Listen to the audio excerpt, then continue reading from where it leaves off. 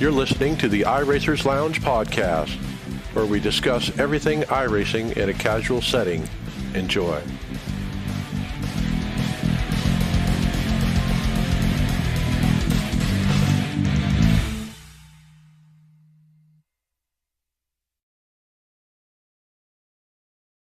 The iRacers Lounge. I'm your host, Mike Ellis. iRacers Lounge is a podcast for the iRacer, where we talk all things iRacing in a casual setting. Joining me are the usual characters, Brian McCubbin. Hello, everyone. How you doing this week? Hey, Martinsville. David Hall. Back from show week. Welcome back, Greg Hectus. Okay, get your stuff done, and we'll grab you when we need you. Yeah, still feel free to chime in anytime, but we won't throw any topics. Well, on today's show, we'll follow iRacers in the real-world action. We'll catch up on the third round of the Golden Ticket Skip Barber Formula Series, and we'll be there, a new track coming to iRacing in the U.S. All of that, plus tons of great products to cover in the hardware section. And you want to see all these great hardware topics and all these other topics we'll cover, go to iRacersLounge.com, select show notes, and you can follow along in real time on your PC or mobile device. So we'll see you there. Did you know changing to a new set of pedals can have an instant impact on your driving?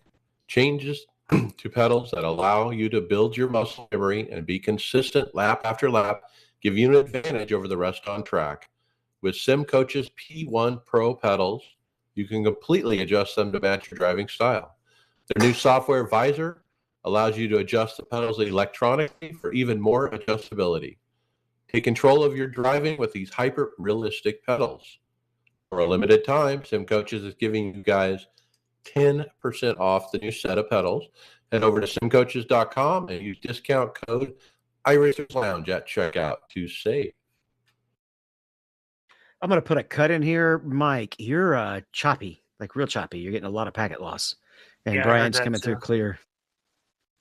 I hear the same thing. Check something on your internet before we resume. Oh, what would I check? I mean, it's because I'm running two streams, I think. What if I drop one of these? Does that work? What stream are you running other than the one on Discord? There's two on Discord.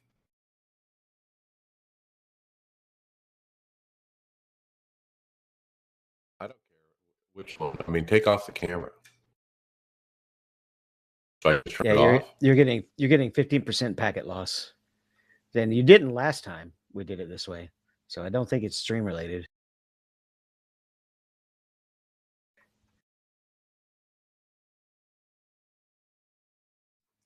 So we'll just roll with it, I guess, and I'll probably have to have you upload. Well, I'd rather cut the video if it helps. I mean, is that going to mess you up, Greg?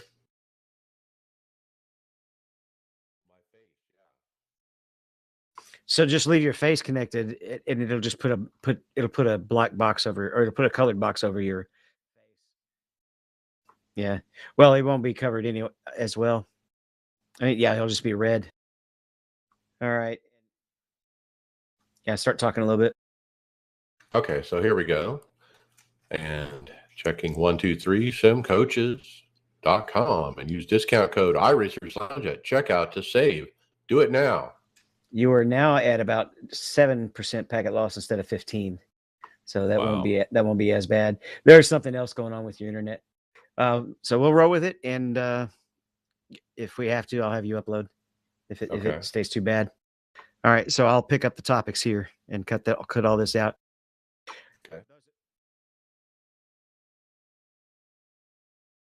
Okay.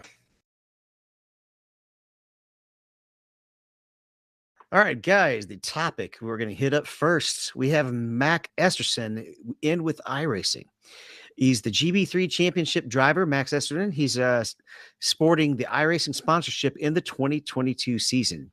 He's posted on Twitter that he started, or having started, his career in the sim. iRacing has been and continues to be a huge part of my development as a driver. Driving at tracks like Spa and Silverstone for the first time has shown me just how valuable thousands of virtual iRacing laps can be. Yeah, that's a really cool story, and this is one of those things where, you know, if you're of the opinion that iRacing is not a perfect representation of what you do in the real world, this is one way where I haven't heard of anybody say that being able to get acquainted with these tracks and get laps on these tracks does not help. So even if the car doesn't feel right, or particular particular things about the car and the feel and the way it drives might not be right, there's no doubt that these representations of these tracks are pretty much spot on. So you can learn a track, whether you have to learn the car in real life or not. Um, the reproductions of these tracks is so spot on that doing all these laps on them in the virtual world can help you with a learning curve when it comes to getting in a real car. I'm telling you what, I've never been to Europe, but I know how to get through a Rouge, a Spa, in Belgium. You know why? Well, iRacing, and other tracks. It's like you're right, and did what a heads up over another driver who doesn't have iRacing, who's going into their car for the first time and going onto this track and not knowing, is the corner going to go left? Is it going to go right? As they approach it. Oh, and even just how to drive an old car, uh, it translates. And when I got to drive the late model at Memphis, it it didn't feel foreign to me at all because I had done it so long in iRacing.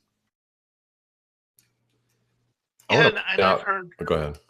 sorry, Mike, and I've heard from like guys like Dale Jr. who said, they've learned tracks on iRacing before they got there, and they can use breaking points in the sim as a reference in the real life as well. Those type of things do kind of translate to what happens in the real cars. The car itself that he's driving, man, it's petty blue. I mean, it really is a petty blue. Got iRacing, plain and simple on the side pod. Some, accented with a dark blue. I mean, it really looks sharp. Technically, I don't know what car this is. I mean, it says it's the GB3 Championship, but man, it is pretty. It looks Formula-ish. It's definitely got the Formula style halo, right? Yeah, like an F3 or something. Yeah. But the what's different about it is it looks a lot heftier in the back than the F1 car does. I like the little side pod things that look like missile launchers on each side. I want to say those Yeah, are turbos or something. that's what makes it look a little bit heftier. Right. This is where Greg being around would be handy. He knows the F1 stuff. Him or Kyle knows a little bit of the F1 too, I think. Yeah, from what I understood, and I just did a brief view of this stuff. It's like it's a British series, and it's just their version of one of these like F3 type of series. Okay. Well, the next one, I wish I could drop in some copyrighted music to be appropriate. I could probably sing it for you and it wouldn't violate copyright. But we're going to talk about Revenge of the Clone in a track far, far away. Yeah, far away is actually Langley Speedway. So this is a tweet from iRacing. They sent this video out on their Twitter account, and it's a video of this car. It is a street stock going around Langley, and somebody clipped the blue cone, for at the end of where the merge is coming out off of pit road, and somehow it managed to get on this guy's hood and just stays there. it slowly works its way up the hood to where you see the bottom, the inside of the cone from his driver's view, and it's actually blocking his view for the most part. If it's not a short track where you're turning left and looking out the left side of the window, you probably would see where you were going at all. But yeah, it was pretty funny. And yeah, a little needs a little work on the physics of this cone being thrown on top of a hood, but it's kind of a funny video. Well, it's kind of sticky like Velcro, kind of thing. It didn't just fall off. You'd think it would fall off, and but no, it stuck right there, and it was right in the view, like where you would be looking to see where that car is ahead of you. Totally blocked, and so, but the guy stayed in it. You got to come in the driver, not to panic, and even shaking it off might have lost him time on the track, but he didn't even try. Now, what iRacing needs to add is let him leave that on there for about 200 laps and then give him a penalty. There you go. Illegal cone on the hood. All right, so we have NASCAR Euro Pinties and the Mexico Series car on iRacing ? This is an iRacing question on the forums. They asked in the form of a poll if you would like to see the NASCAR Euro Pinties and Mexico Series cars on iRacing, saying that it's the only stock car touring series we don't really have in the service at this point. If you would like to see all the cars developed, which of the three, or if you'd like to see one or all, which of the three do you think should be prioritized first? And have you looked at the results? Yeah, 70% yes and 29% no. And not sure about the other 1%, but that's what it says. And 64 votes so far. I don't know why you'd vote no for this. I mean, I voted yes. I mean, looking at the pictures of the cars that Liam Brotherton put up, who's the forum op, these cars look fun. I mean, they look like kind of like a mini stock car kind of thing, maybe like a 6/8 stock car. It's just a little bit smaller wheelbase, I think. Might be fun, like a short track situation. Yep. I mean, why would anybody say no content? About the only people who would vote no were probably road racers who are like, you get too much oval content. Right. Yeah, and the only other thing is what tracks would they need to add to fully represent the series properly? Do you want these cars just running around the American tracks, or are we going to start looking at adding some Mexican tracks? I know they have some ovals down there that these guys race on. Somebody in the thread had posted, I can't find it now, but saying that basically this is what's left in oval. I mean, is there anything else left after you add this? The little four bangers. Is that basically like the street stock? Hobby stocks and stuff like that, and the scrambler cars. That's what they used to call them at these dirt track races I went to. The scramblers, which is just like your four banger you beat the hell out of going around the dirt track. It's more recreational than it is competitive, but it's still pretty fun to watch because when I used to go to these dirt track races, to watch sprint cars, and they'd have these four banger hobby stock cars.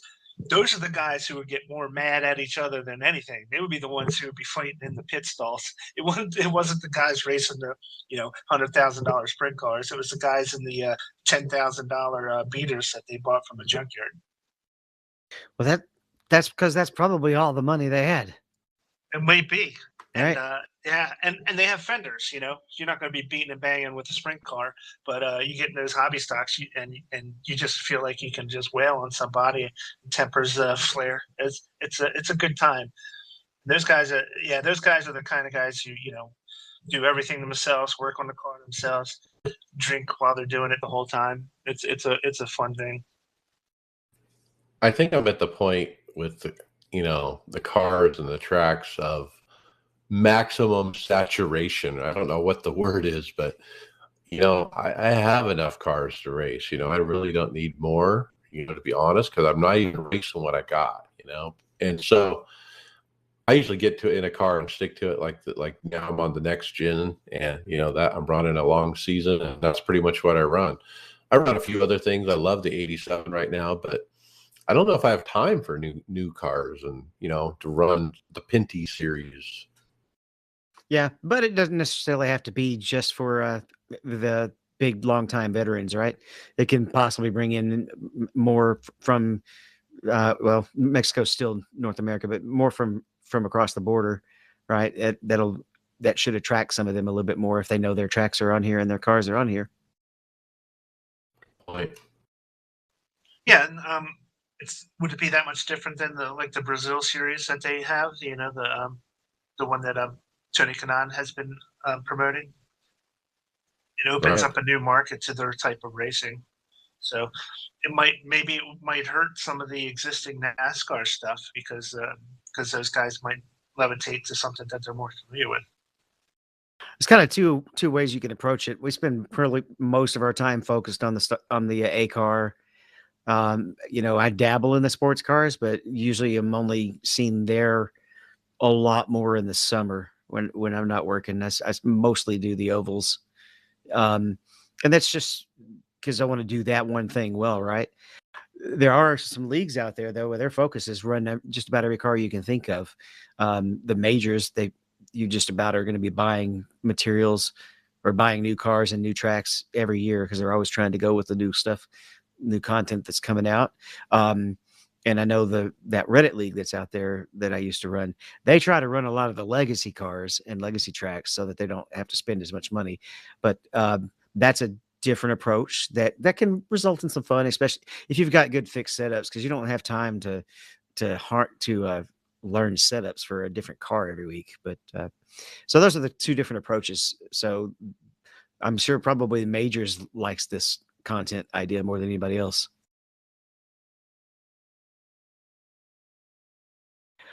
What they might like or might not like, and we know that's literally Mike's favorite thing.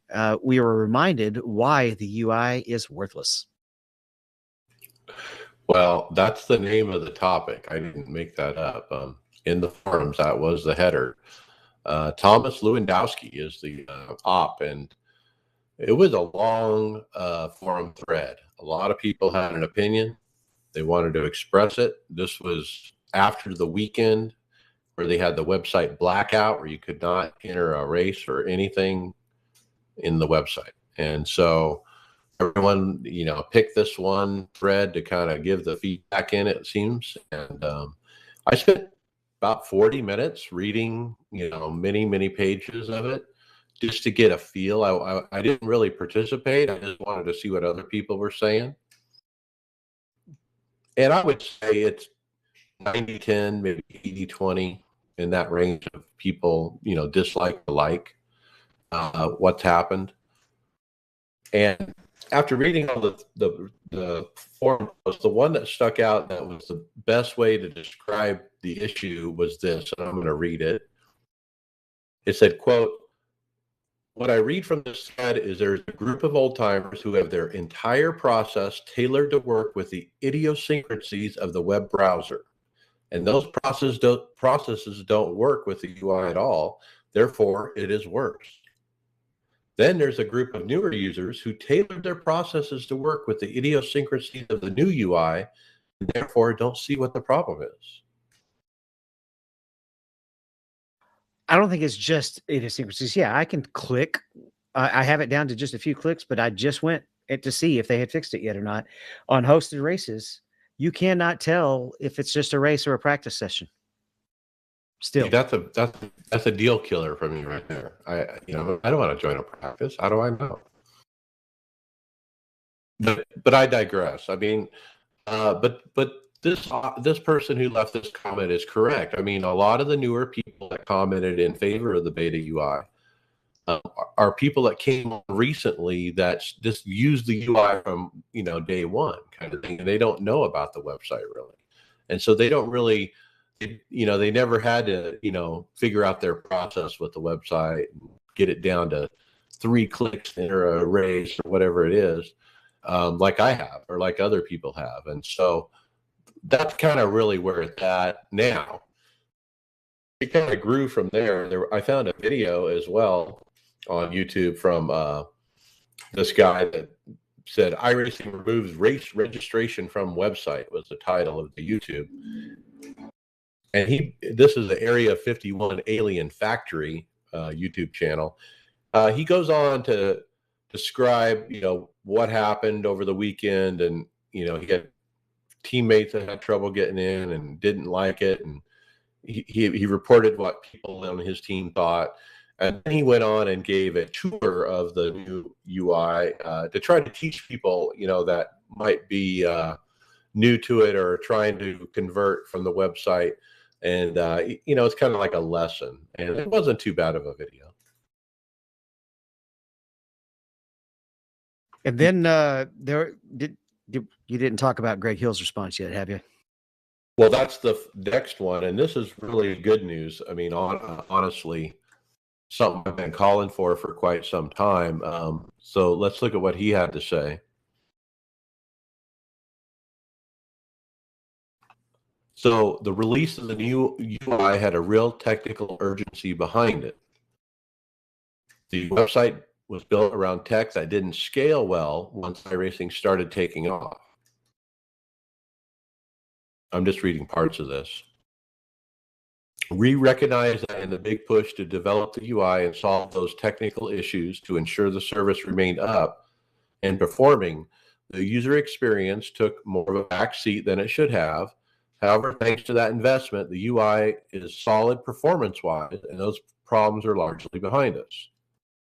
So over the last 2 years, we have been investing in building out our web UI development team so that we can move more quickly and with greater agility. This team has doubled in size over this period, and there's a lot of talented new faces on the team. Alongside that growth, the team has been picking away at incremental UI improvements, and multiple changes have shipped during this time. The UI today has come a long way from where when it first shipped. That said, it still isn't where we need it to be, and for the past 6 months, we have built and empowered a small in-house team to employ iRacers to make UI user experience a priority.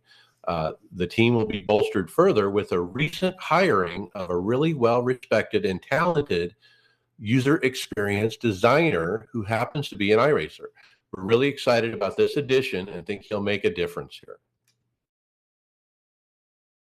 So that's what I've been asking for. We need a respected user experience designer that has experience, that knows how these things work. It's a difficult job to be a UI designer. I mean, you go to college for that, and there's lots of training and different things, and you have to have experience. And I think the people that were doing it just weren't those people. And so it's really refreshing to see they've hired in somebody who actually has those skills. It'll be interesting though, because there's already an entire architecture up there, right? That person's going to have to work within now. So, but overall, there is a lot of good stuff in there. It's just there's still too many things that you can't get on there that you need to. So, I hope they can address that, and then I might convert over. Right? We'll see. Well, let me ask you this. After the weekend was over, how did you launch your sessions? I was right back on the website. By the time I got up, it was this last Saturday, wasn't it? It was the weekend, yeah. Yeah. By the time I got up after playing the show and got back from the gym, it had already switched back over to the website. Yeah, I tried to get in Friday night. And it took me a little bit of clicking around, and I think I had to start typing the word NASCAR to find the series, and it wasn't 3 clicks, that's for sure.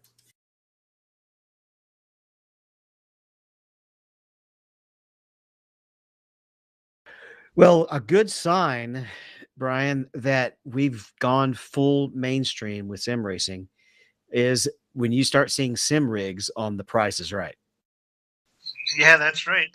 This showcase showdown can be yours.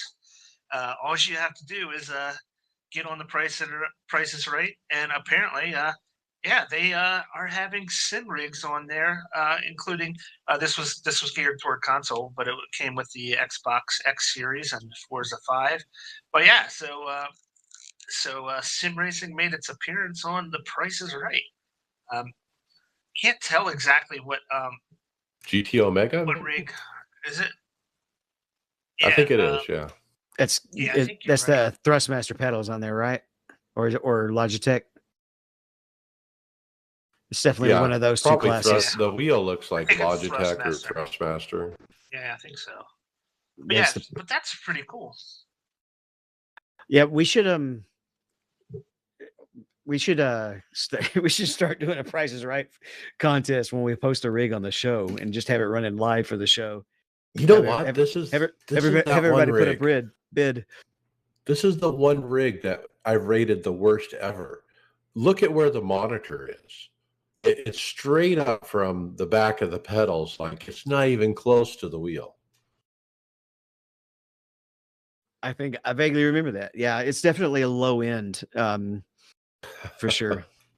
Which is kind of funny because we would know about how much that costs, right? Probably with the wheel and the monitor and the rig. That's probably about 700. between 800 to $1,000. Yeah, I'd Yeah. probably go over, but I take the table Pac-Man that's sitting there next to it over that. It's not a bad looking seat though. I have to give it that. The seat looks okay. Seat is for the best part of it, yeah. well, that is a Sparko seat, isn't it? No, can't- it's I it's can't got the make it same GT Omega brand on it. Okay. Yeah, bucket seats are pretty nice, but the rigging's going to be pretty lightweight, and yeah, the monitor position is pretty rough. So our boy Tony Rochette found this during his mandatory vacation from getting his chicken wing repaired. Good job, Tony, on being our scout reporter out there, holding up the couch. Yeah, this picture is probably actually his TV, isn't it? Yeah, he just snapped a picture of his TV and sent it, and I thought it'd be a good story. All right, Yeah, next we have a video. Sorry. You know you're missing a lot of work when you're watching the Price is Right. Your day is not very fulfilling. Yeah, no kidding. Well, I mean, what else can you do when you can't get on the rig yet because you can't move your arm? So we got a question. Best pit stop ever. And Alex Horn, he's posted iRacing on the iRacing Twitter. The driver hero, I'm gonna have to read this slowly. Hiroyuki Segaguchi pulling off what might be the best pit stop ever. Go with Hiroki. I thought I had it, but I screwed it up. So, IndyCar at Texas, he actually hits the wall in the tri-oval, spins down through the grass, does a 360, and somehow magically just lands in his pit box perfectly. All four tires exactly where they are. His guys run around, do the stop. Perfect. I wonder if he ended up having required repairs. It doesn't show. Maybe it was fast repair. That'd been nice. Yeah, no kidding. That is definitely the best pit stop ever. You wouldn't be able to tell, I guess, if he had required repairs because he's going to have a penalty too. He's going to have about a 40-second penalty. Yeah, but that's we got to be seeing that on an iRacing top 10. Yeah, you're right. We've seen other videos where they've done crazy stuff like this, but sometimes they look almost like staged, almost practiced. Like, I want to see if I can do this crazy pit entrance. There was no way this was, staged or practiced or anything. This was just sheer luck that he just ended up right in this pit stop. Oh yeah, definite, legitimately immaculate accident.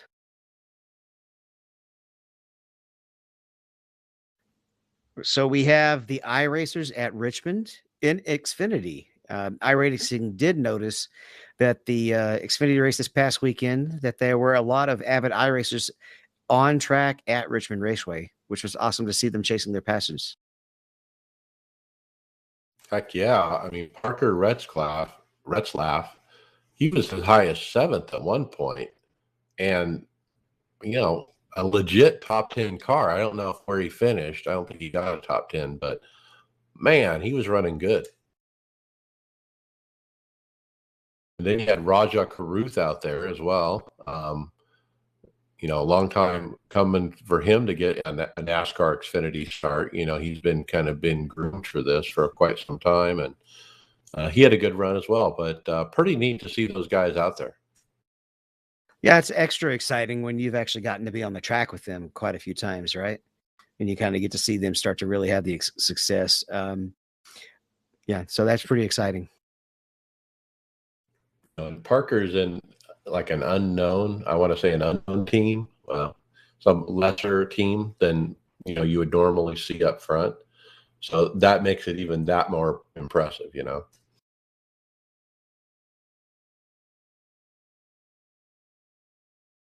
All right, the next one is, do we have a new track rumor?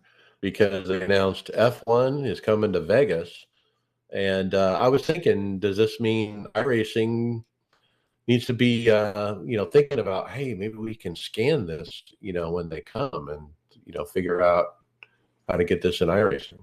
Maybe they've already been contacted to mock up a track as far as we know. Who knows? But it didn't take long for a guy on YouTube to come up with a track. And this video is something else. Basically he shows the layout, from above, and they talk about the track and the various corners and kind of some of the detail about what's going to make it interesting. Yeah, this all came out right around April Fool's too, right? And so we're all thinking, nah, but it seems to be keeping the momentum up on this rumor. We have another thing that we thought was that just a rumor as well, or an April Fool's joke.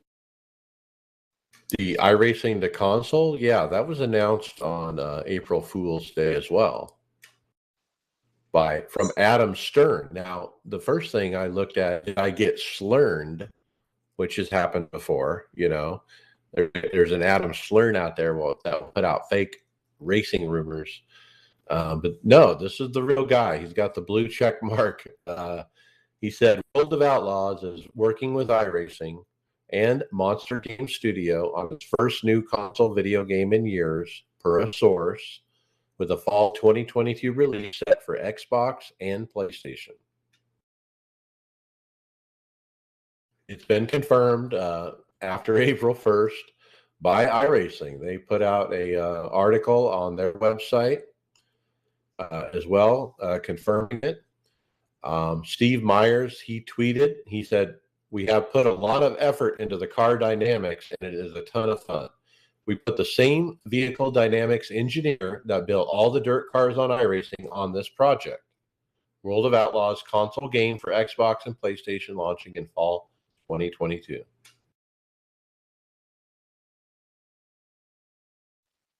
Yeah, that's really cool news. Because last time I remember like a sprint car game, I think Tony Stewart had one, but I think that was on PC. Um, Last console one that I was aware of was like the Ratbags sprint car games from, I don't know, 10 years ago maybe. And they were a lot of fun, but the technology has come a long way since then. And with the help of iRacing and the data that iRacing has, um, they can really make this a decent, a really solid game if they really want to. Yeah, I think it's unknown how many cars and tracks is it? Is it all of them? Is it just the ones that are specific to World of Outlaws? I guess they all are. I don't know. Now, the next thing as we continue on this coverage is there was a little bit of backlash almost in the forums saying, hey, why isn't dirt on iRacing getting any love? Why is this guy working on the console, right? That's right. There was another forum thread, and I don't have it in the notes, I think. Maybe I do. But it was basically saying that dirt needs fixed. There were several dirt racers saying there's a problem with the dirt in general. There's several different things that need to be addressed with the tire and different things that need to feeling ignored for quite some time, kind of thing. And so So the thread started on April 1st when Adam Stern announced, right before iRacing confirmed anything. And basically, the people in the thread were saying, man, I'm going to be pissed if I find out iRacing's been not, helping us with our stuff, and they've been working on this console thing the whole time. And then sure enough, that's what comes out, which Steve Myers said directly is their main engineer who does the dirt. He's been reassigned to the console game to put this thing together. And so, yeah, it rubbed some people the wrong way for sure. We did get a response from the staff, though. Tony Gardner chimed up on April 6th that they do have plans to update the tire model. They're going to do IA for the dirt. They're going to work more on the surface model as well as the physics and driving. Basically, a lot of things that are on there. He says that the dirt does add different challenges, and the special engineering projects are substantial work.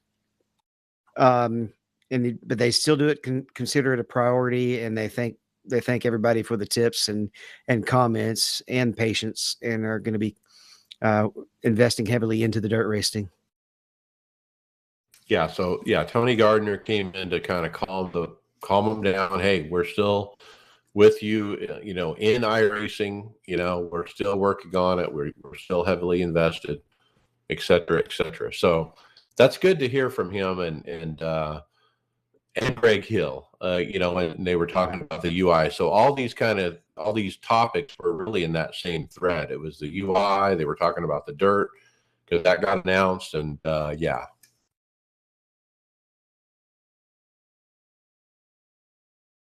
So I remember being pretty excited about this Skip Barbula Formula prize that comes out. Brian, you want to tell us about the current results?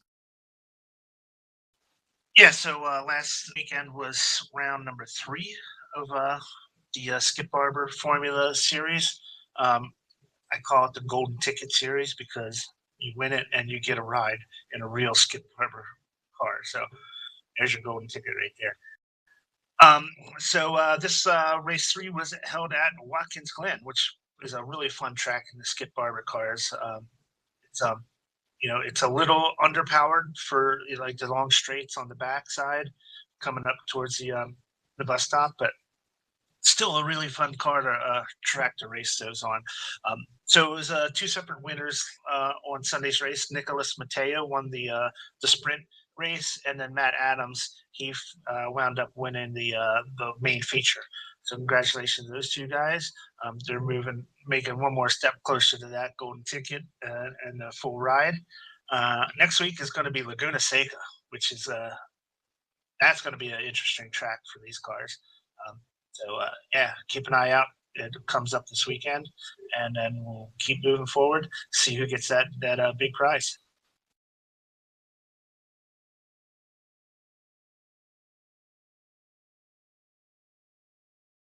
Next up, we have the patch note.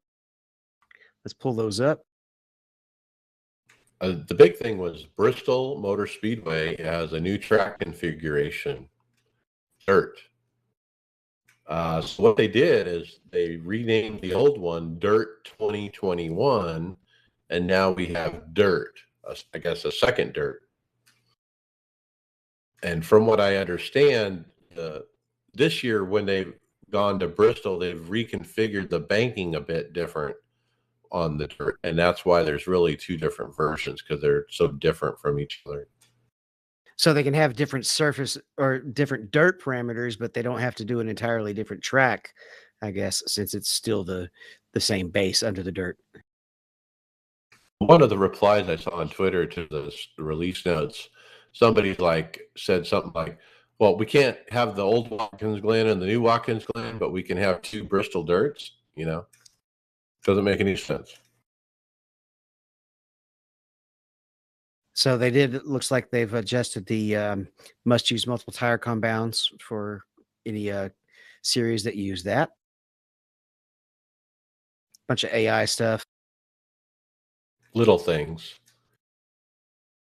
One AI thing that caught my eye was AI drivers have improved. No, not that one. Fixed an issue where CPU demand of AI drivers running the F1 Mercedes car was inordinately high.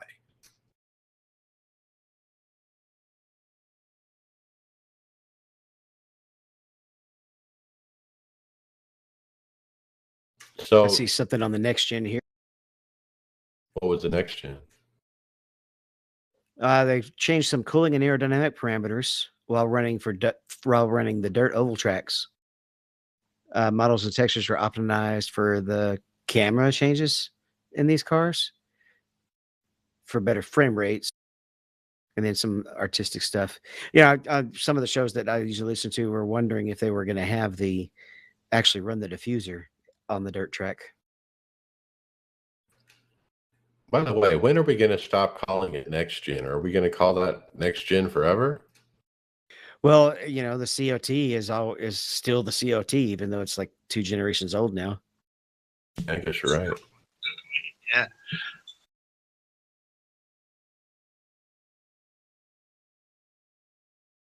All right, let's talk. It seems like we're talking Dale Jr. download almost every week on this podcast. Yep, I was able to get through the show. They had Wickens on there, Robert Wickens, and we've talked about him. We've covered him quite a bit. Had a really severe IndyCar crash. Was it Pocono? Yep. And is paralyzed, and he's now racing with hand controls. But I mean, they didn't just talk about that. It was one of the longer shows. Really went in depth about a lot of things, including the road to recovery. They covered his whole early career as well. So it's a good show, but he does throw some credit out to iRacing. Yeah, he basically said that he learned muscle memory of how to brake and throttle with his hands with doing the iRacing by jumping into that iRacing. So you remember when NASCAR and COVID and all that started, and NASCAR started running iRacing when they stopped going to the track. Right after that is when Robert Wickens jumped into iRacing too, and he was running with those guys, running with those IMSA guys and doing all kinds of racing. And he was learning those hand controls, and he talked about some of the challenges of learning it, getting used to it, getting that muscle memory. He talked about some of his current races where he struggles to get right, brake pressure that he needs to be competitive in the hand mechanism he's using. So very fascinating and pretty neat to hear that. The hand mechanism that they use now actually has to physically manipulate the pedals because he has a teammate. He's running in the Michelin Pilot Series now. Is it a Hyundai? I think a Hyundai Elantra. And so, yeah, he can't just have something that digitally works for him. It still has to actually physically move the pedals because his other driver races with feet.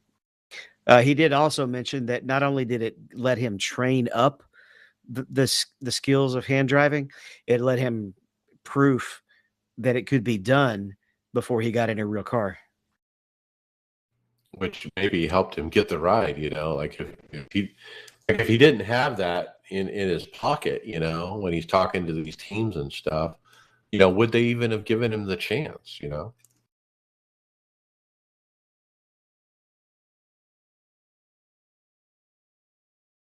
Well, it's events time, right? We got the Nuremberg 24-hour coming up. Yeah, that's tomorrow, this weekend. Yeah, this is one I will try to never run. I tried to learn it a couple of years ago, and it's just not. It's so hard to memorize. It's running this weekend. It's the usual standard time slots that I think iRacing has determined run really forward. An interesting note that time slots 1 and 3 are going to have the registration forwarding, meaning that you have to register through the UI. So I think they're currently only applying this for big races at the moment. The whole don't use the website thing. You got to have a D4 license. The sim date is starting at 3/13 on May 28th. This is interesting. Only a 20-minute warm up. The qualifying's attached. 25 minutes for 2 laps. And it's the cars are a few of the GT3s, as well as the Porsche 911, which is actually the 992, GT4, and a couple of the touring cars are in there. Yeah, I don't think anybody on our team's running that. Nope. Okay, next is the Majors 24 hours at Le Mans. Very happy to announce the Majors 24 is back. In 2021, we welcomed over 400 teams in 8 splits. This year, we hope to have 500 teams. It'll be June 4th, and Le Mans, of course, cars, Porsche 919 LMP, Audi LMP, Dallara 217 LMP2, Corvette C8, Ferrari 488 GTE, the Ford GT, the Porsche 911, BMW M8. Yep, and they're going, instead of just the top split being broadcast and having live cautions, I think they're bringing it up to the top 4 splits. Which is exciting, but I don't see having any chance of getting into one of those splits because it's actually based on qualifying time. We're gonna have full course cautions in the top 4 splits too. That'll be interesting. Yep, I don't know if they're using the same software this year or not, but it definitely just makes the road course racing online a little bit more interesting. So that's one thing I hope iRacing can eventually implement some different ways to handle in race cautions. Continuing on the events, Brian, we've got the Bristol doubleheader coming up. Yeah, it's something we talked about a couple of times, but we just want to keep you guys plugged in here. So if you love Bristol racing, this is held by let's see, RonMorrisRacing.com. Go to RonMorrisRacing.com and you get the details. It's the race where they're running a separate trucks race and a cup race. The trucks was fixed setup under 2,500 IR to be in that race. And then there's the cup race. The cup cars are racing with a setup that's open, and there's some cash payout on this bad boy. It's $500 to win the cup race, $15 to entry, $500 to win the truck race, and $1,000 to win the cup race. So some pretty decent money. $15 to enter on the trucks, $25 to enter on the cup cars. So check that out. It's a fairly big money race. So I imagine you'll see some names in there that you might recognize. Okay, cool. Podcast housekeeping. Don't forget the aftermath. Stop. Don't say, okay, cool. Just start podcasting. I can do that to you now that I'm back. I'll cut it out, obviously. Podcast housekeeping, aftermath podcast. Go get it. Don't forget to subscribe and our website. Check it out, iRacersLounge.com. The show notes. We are also in regular rotation at the Performance Motorsports Network.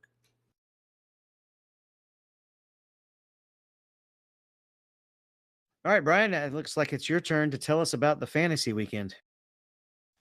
Yeah, guys. So we were at Richmond Raceway, obviously, in the Cup cars this past weekend, taking the top spot for the race was Scotty Boy. Congratulations, Scotty Boy. 240 points. That's a big one. Mean Machine 38 second. Smiling Ninja comes in a third. Let's see. I don't see too many of the Tifosi guys in the top 15 guys. I don't know what happened there. I forgot to pick myself. Tyler finished 13th. Chris Scales was 15th. I think those look like those are the top 2 Tifosi guys. So not representing too good this week in Team Tifosi, but I'm glad everybody else who's in there is having a good time. We might need to rename the league the Remember Your Picks League. Yeah, I actually remembered my picks, and I actually put a little bit of time in it, and I still finished 22nd. So there you go. That goes to show you I might as well just let it ride for a couple of weeks.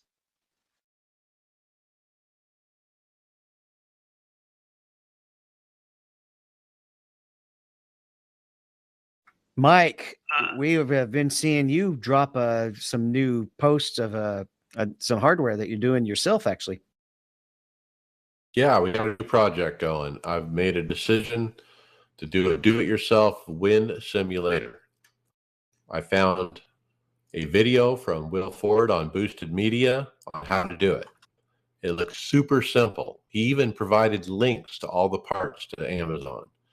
So I basically clicked the links, bought everything. A couple things were, now this video is 2 years old. One of the motor control boards was old and not available, but there was an updated version of it. So it looked the same and I ordered it, but it has pins not installed into the circuit board. And the one that Will Ford used on his video had it pre-installed. So now I'm stuck with trying to figure out how to solder these pins onto this board. And my eyesight isn't really good to see the tiny, soldering. And so I'm trying to figure out how to do this and not mess it up. So that's kind of where I'm at. I have most of the parts. My buddy Kyle on our team, he's printed the converter from the fan to the 3-inch hose, a 5-inch to a 3-inch. He's also printed a small box that the electronics will sit in. And he's actually already mailed me those, and I'll probably get them in the next couple of days. Thanks, Kyle.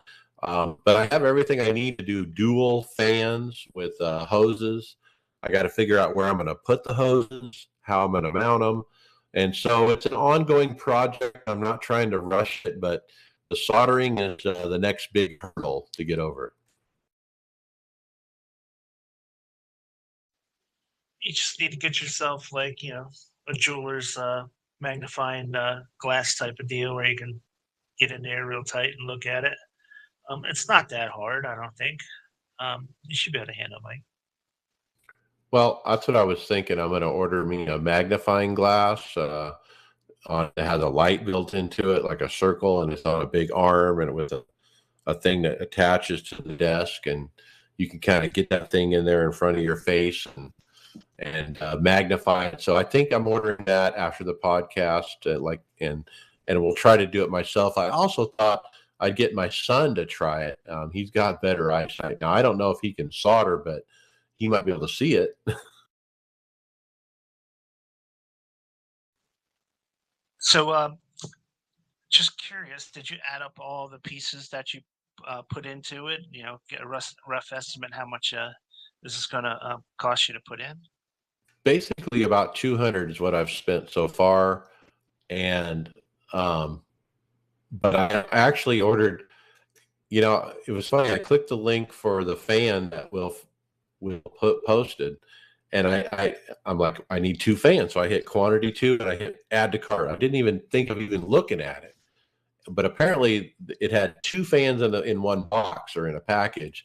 So I actually ordered 4 fans, and so I have too many. I guess I'm going to return them to Amazon. I don't know, but It sounds like you got hosed. yeah. Ah, The hoses look cool, and they got some really nice shiny blue metal on the end, which will match the blue accents I have. So I'm pretty excited about it. so I'm assuming these run through SimHub. Is that how you're going to operate? Yeah, SimHub. Will has shows in SimHub where there's a section for Arduino. You have to go in there and flip some switches, and then there's a you make a thing for WinSim, and you have to do the software runs it. He gives all the instructions on it, so it looks pretty easy. I like this solution because the other solution by the other company, they have their own proprietary software. And they didn't have hoses. I want to get the fans away from me so I don't hear them, and then get the hoses up to me. And I think that's a real clever idea. Yeah, that's kind of how mine is. I have those corrugated hoses that flex and stretch. but I don't know how much it helps with the noise, as the wind is blowing through those corrugated hoses, it kind of makes like a howling sound. It's not real loud, but you can hear it, at the air passing through those corrugations, and it kind of makes a little howl. But it's not dreadful. Um, I think the fans, for the most part, the fans are fairly quiet. Now, if Yeah. you're running in a stock car, will it actually rev up the fans, or will it only rev up the stock or rev up the fans if you're in an open wheel car, open No, cockpit? you set it for both, but it's based on mile per hour. Like you don't get it started. Like you only do like 1% fan after maybe 25 or 30 mile per hour. So if you're below 25 or 30, there's nothing. But as you go faster, it ramps up, to 100%. What I'm saying is that's actually not realistic if you're in a stock car. Yeah, but I don't know if I'm looking for realistic. I'm looking for, I live in Phoenix and it's going to be 115 degrees while I'm racing. Good point. I want to just put a fan next to me. Well, and the other question is, Bobby brought up a good point. Man, just instead of putting it in SimHub and doing the mile per hour, maybe just have it on a knob if you can. 0 to 100. You turn a knob on your button box and you just turn it up and down as needed. Yeah, Very that's fancy pretty fan. cool. I do like it. It's pretty cool. Mine runs through SimHub, and it does have that curve that you can do for speed, the speed curve. You can add that to it. And on SimHub, you can individually control the left side and right side individually, which is pretty cool too. So yeah, so that's all neat stuff. Mine are turned off for the winter because it'll freeze my hand. I won't be able to feel my hands after a little while. So it's so hopefully it'll start warming up soon enough that I can actually start using mine again. When you do run though, do you go ahead and use it with the stock cars? Yeah, I don't care. I mean, I don't do everything 100% realistic too, but I just thought about that. You don't really get wind inside of one of those cockpits unless you want to put on a helmet and get the cool device and all of that. There you go. There you go. Yeah. There's an idea. Like you said, I don't know if I want it blowing on my hands. Like I was thinking maybe I want the hose coming way over here under the left monitor, or maybe way over here under the right, coming in at a sharp angle either side, instead of from the front. So I'm kind of debating, like, where do I put them, or maybe do I put them up above, pointing down at my head. And the SimHub will support up to 4 separate fans too. You can actually do a 4-fan setup. I've seen that before. Some people have it coming up from underneath. That's pretty neat. I'm kind of stuck in the position where mine are because the mounting bracket mounts to my direct drive base. So the tubes from the fan are just like right next to the steering wheel. So we'll see how this goes. Kyle is committed to doing it. He bought all the parts yesterday. Greg is also in our thread, and he's thinking about doing it, but I don't think Greg has actually bought the parts. But yeah, You can sell them your fans. there you go. To ship it to Canada, it probably costs more than the fans cost.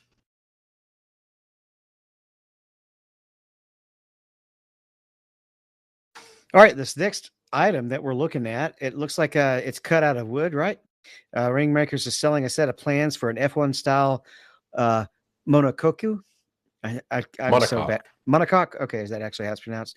On their Etsy store for $34, and it looks like it takes a lot of wood. It does. It's pretty cool, though. Really It cool does- looking though. It does say on the website that the production cost is of roughly 250 euros. You can remove the halo. That's good. Because if I'm racing a Formula One car, you would have the halo in front of you and the halo on the screen. It'd be like a double halo. And I don't know if I'd like that. Well, you can turn the halo off on the screen as well. But Okay. if you're well, there if you you're in go. a VR, you don't really need the halo either. Correct. Or what? Yes. Or what if you're, in a stock car? The production cost about 250 euros. Yeah, you just cut it up and boom, you're in business. Now the other pictures they show, they have it red and black, and it kind of get that Ferrari look, and that looks kind of cool. Yeah, it's in the F1 seated position. So if you like that, this looks nice, and I'm sure our DIY expert Groves would approve of the price. This is it's not too terrible on the production cost. I always concerned like when you build these wood rigs like this, how comfortable the seating is for it. You're not putting a cushioned seat in there. Are you just sitting right on the wood, or you gotta like make some kind of cushions on your own? Uh, That's probably in the plans and the cost that you would have to add cushioning, pillowing of some type. Be I raiding don't think you'd be sitting on wood. We'd be raiding the backyard furniture and grabbing all the cushions off the So lounges out there. So yeah, that would be a wonderful duality there. You have this nice, fresh, black and red, sharp looking Ferrari like look, and then you got some tan, sun faded pillow sitting in the seat. my next question is, how do you get in and out? Because it's completely enclosed around you all the way around. Are you Right. climbing up on top of it and dropping in? Must be. It's Doesn't pretty look neat, and comfortable. yeah, it's pretty neat, and the builder in me likes is intrigued by the challenge of building something like that, but yeah, I don't know if I would do that, but it's pretty cool. Yeah, time is money unless you get the entertainment out of the time. Correct. Yeah. Now this next one, this is looking interesting. We got a Yaw Yeah. VR2. This is the Yaw VR2. So if you remember, like about a year or so ago, we did the original Yaw VR, which looked like you were sitting on a saucer, and you had your feet laid out and the wheel in front of you, and it lets you do the yaw, the twisting motion within your racing sim. Um, it's really it's really only made for VR because you would be able to put a monitor in front of it because you'd be spinning all around. You wouldn't be able to see the monitor. But so then now they've come up with a new version, the Yaw VR2, which doesn't look so like you're sliding on one of those saucers down a snow hill. It looks a little bit more. It looks a little more sleek and modern looking. Um, but yeah, so I've heard some stuff about the first Yaw VR, that it was pretty cool to pretty cool to ride. It was a fun experience, and this one looks. I imagine it does basically the same thing as far as the motion, but it just looks a lot cooler. Doesn't look as nerdy. Where would the base go though? The Well, if you wheelbase. look at the video, there's a video link to a Facebook video. You'll see they can install a base across the armrest, basically, and you get a wheelbase to that, and it shows some guy driving it, and as he turns it left and right, the thing goes drastically left and right, like it's too much.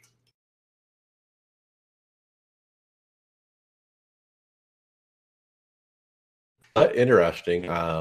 But yeah, it's available. The new Yaw 2. They have a standard, pro, and arcade edition. They are on pre-order. Yeah, Looks pretty and neat. pretty expensive too. I mean, the arcade version is runs from between $2,700 and $3,700. So yeah, so it's not that inexpensive, and you know is this going to work with a direct drive? I don't think so. Um, Nope. it's not going to work with like really great pedals either. For Maybe sure. maybe you could figure something out, but it seems more novelty arcadey, like if you ask me. But Flight Simulator might be really good on this. They're also only 2 DOF, 3 DOF. So you're not really. Are you going to get a braking feel and an acceleration feel at all? No, probably not. I think you just get rotational yaw. The rotation that's it. is the big thing this has. Right. It'll rotate and it'll roll. Basically, it'll yaw and it'll roll, but it doesn't have. I don't think it has pitch, or maybe the 3DOF version does.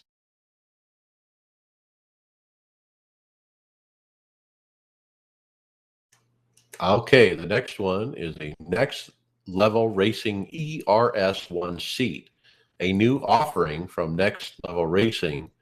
They've introduced their reclining seat, and it's pretty nice. It looks very comfortable, kind of a black look to it. Real open around the shoulders, not real confining. The big thing is it tilts. It tilts all the way down. You can lay down, take a nap, tilt it back, adjust that angle. And it's got a very rigid locking mechanism on both sides. So there's no play, even though it is adjustable. That's kind of funny that you could actually kick back and take a nap. I guess that could be handy in the endurance races when you're when you need to be kind of on call, but you can just kind of lay back and close your eyes and listen for somebody screaming if you need to jump in the car. My original Ovetto Revolution cockpit had a reclining seat as well, but it eventually broke and that was one of the reasons I wanted a new rig was one side, the left side would kind of lean back just a little bit because the mechanism broke where it reclines.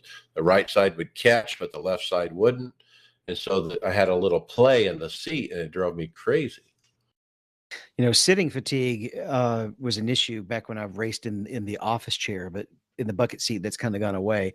I wonder if it could be even improved better if you can change the incline occasionally just to get yourself in a slightly different position if you're starting to get tired or from sitting in just one position. I was kind of concerned buying my NRG seat that you can't adjust the incline. It's a solid piece. But I feel like it's at the right angle where I don't really need to, so I'm okay with it. But this seat is $400, and if I was still in the market for a seat, would I want this one? I don't know, maybe. Kind of like the one I have better, but it looks like it would work just fine as a GT style seat, which is what most of us sit in now. Now, that was one drawback when I was deciding about should I be which rig to buy, and I was looking at Next Level Racing really hard. I didn't like the seat that they offered with that rig. It was like more of a plasticky bucket kind of seat. And if they had this seat on that rig at that time, that might have pushed me to buy it a little bit more, because that was the one thing I didn't like a lot about that rig was the seat. But this one looks really good, like you said, looks very functional. Now, did the rig have to come with that seat, or did you were it was looking a for separate specific purchase? Okay, but that's what they had available. because I would have gone. I had to go separately with my seat because P1 Sim Labs coming from Germany, they won't ship a seat across the seas, so you had to buy your seat local. So I got mine from Jegs.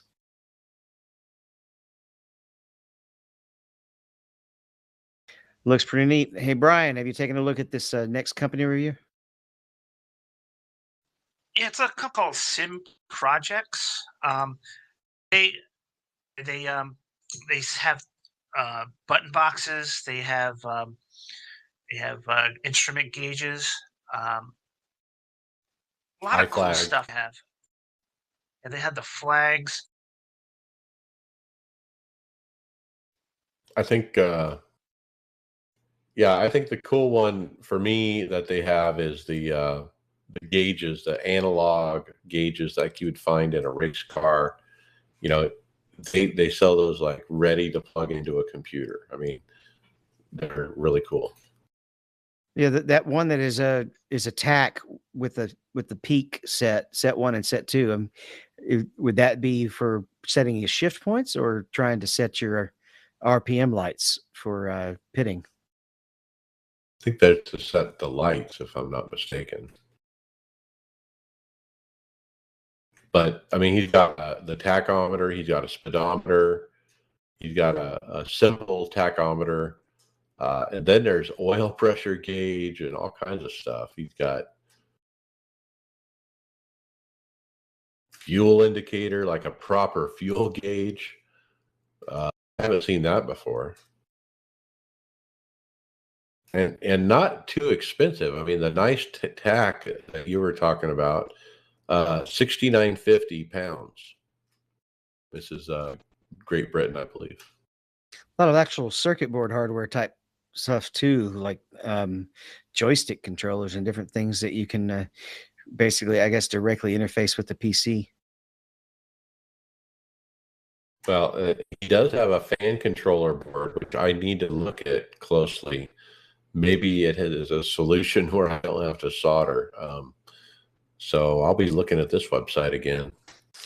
This is pretty interesting too. The Pro Gauge is actually just a circuit board that allows you to interface with real gauges, like proper car parts. Right. So you go to the auto parts store, get whatever you want, and then use this to interface it. This is a neat company for sure, especially if you like a lot of the custom display stuff. It's something that VR user is not going to go for, but when you're decking out the triples, you might like it. Yeah, you could basically just build a whole dashboard, from scratch with real analog gauges, um, which would look really cool. And some of those guys who go out there and try to basically recreate a stock car or something like that, they want these kind of gauges in there. That's what you want to look for when you're doing that. Would you like having an actual half body stock car rig where you have to climb in, kind of like you were talking about with that F1 rig? Maybe if it's got the right look. Maybe I not like VR. those. I'm still fascinated by having window netting. I don't know why, but like have an actual window net, from here to over here. If you do that, you have to put your camera back on the stream, and every time you wreck, you have to drop the window net. I saw a rig the other day on my phone on some app, I don't know, some social media, where the guy had a triple setup like I do, but he's got, a surround sound system, and his rear speakers are basically just on a stick, on a floor stand. And he's got them, behind him on each corner. But he also has window net hooked to that floor stand that runs from the speaker stand, down to the corner of his rig on either side. And he just moves the stand out of the way when he needs to get in the car, and he moves the stand back to make it feel like the window's closed. And it looks effective and pretty cool. I mean, it was a neat touch.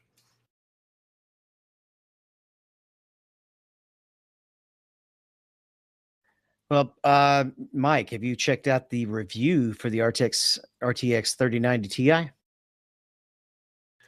I have. I've seen the TechSpot has got a review. They call it an unremarkable review of the 3090 Ti, and I think the part of that is it's not a big upgrade over the 3090.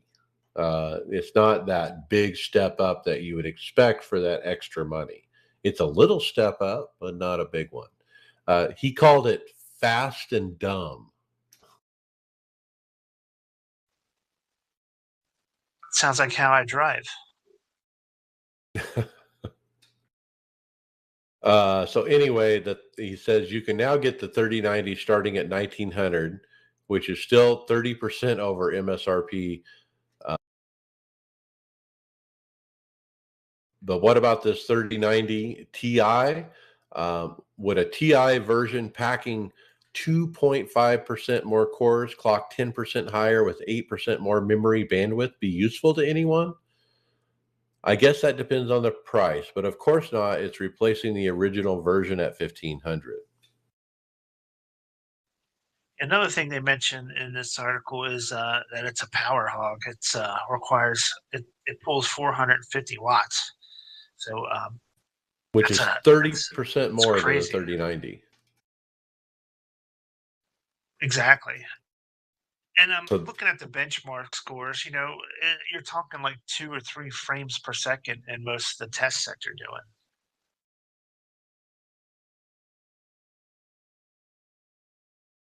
I think we got a title idea, Fast and Dumb. There you go. We can just go ahead and start doing the title ideas live. No, I don't think any of us will disagree with that one. And so, like the high end 38 Ti on, let's say, Far Cry 6, the benchmark is 85 frames per second. Like the 3080 Ti is 80 frames per second. So you're losing 5 frames per second on something like that for what, you know, $800 upgrade. Not worth it. Yeah, stay with the 3090. And that's just on the suggested value, right? That's not what it's probably going to end up actually being. It's a moving target these days, for sure. Okay. Are you a coffee drinker, Brian? No, actually, I don't like coffee at all. I like coffee ice cream, though. Does that count? But if you ask Carl Gosling, he got to try out the Hideaway Coffee Racer Beta, which is a coffee table that transforms into a race rig. So yeah, so it's actually pretty cool. He does a full review on his YouTube page. That's for Carl Gosling. He shows him sitting in his couch with his foot up on a coffee table. You take the top off, and then you can see inside the table. It's got it had a CSL DD with a wheel and a CSL pedals, and it basically transforms into a racing rig. All the components kind of lift up and pull out and get in position. It's pretty neat. If you're one of those people who don't have any space for any kind of rig, maybe, or you know want to be able to And hide then it so the wife doesn't yell at you, who knows? this would also be really good for the console game on the TV. Right, because you're sitting on the couch right in front of the TV, Right. This easy is to hide. this one's real. I mean, this one's really nice. The footprint is tiny for the coffee table. It's a small coffee table. It's almost an end table. Now, one thing I want to point out, there's no computer, there's no wires. Obviously, you have to hook that to something. But yeah, like you said, this would probably be more geared to a console racer trying to hide their equipment. What's neat about the design, I think, is the wheelbase is on a swivel kind of thing, and it kind of swivels up out of the box. And then you kind of put your legs through that hole and stick your legs basically into the box where the pedals are. Yeah, it's very clever design. I wonder how heavy it is. You could almost use it to travel too. He did mention in the review that the top of it that you have to remove before you start assembling it is a heavy duty piece of wood. So at least that part is pretty kind of heavy. I'm thinking about, like when you go camping or something, you could actually throw it. If you've got the space, you could throw it up there. Like, remember, I think it was Junior when he took a laptop to race for one weekend. You're right. I mean, this is not too much bigger than like a big tote crate. You just throw it in the back of the truck with everything else, and boom. All right. Next, we have a question about a graphics breakthrough technology. There's a tweet from Aaron Lafon, and it's says, quote, pathfinding is described by NVIDIA as one of the largest breakthroughs for real-time graphics in many years. So I guess the pathfinding is the title of the breakthrough. Path tracing is the new thing. So remember, for the last several years, ray tracing has been the what they call it, the marketing term for RTX. The RTX series of cards have had ray tracing ever since RTX has been announced, and so this is the next level of that. This is taking that ray tracing to the next level, the 2022 edition, as you would call it. That's kind of how I read it. Now, technically, I kind of tried to follow this, and it's like way over my head. But the new term is now called path tracing.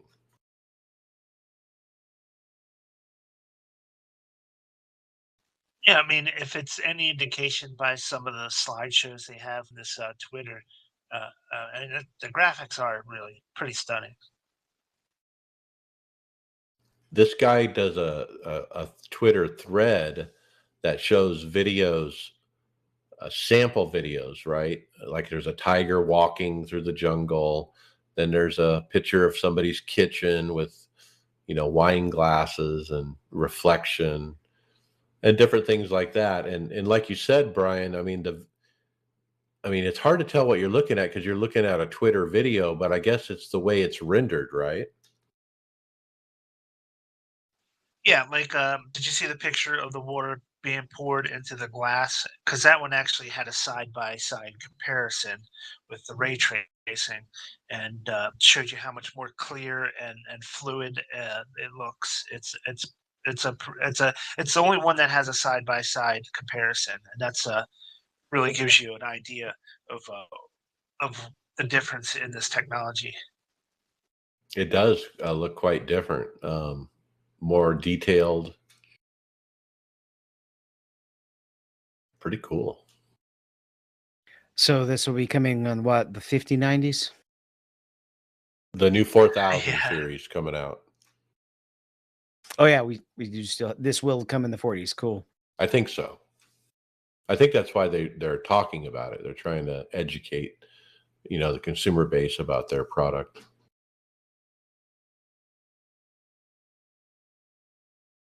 Who else is trying to educate the consumer base about their product?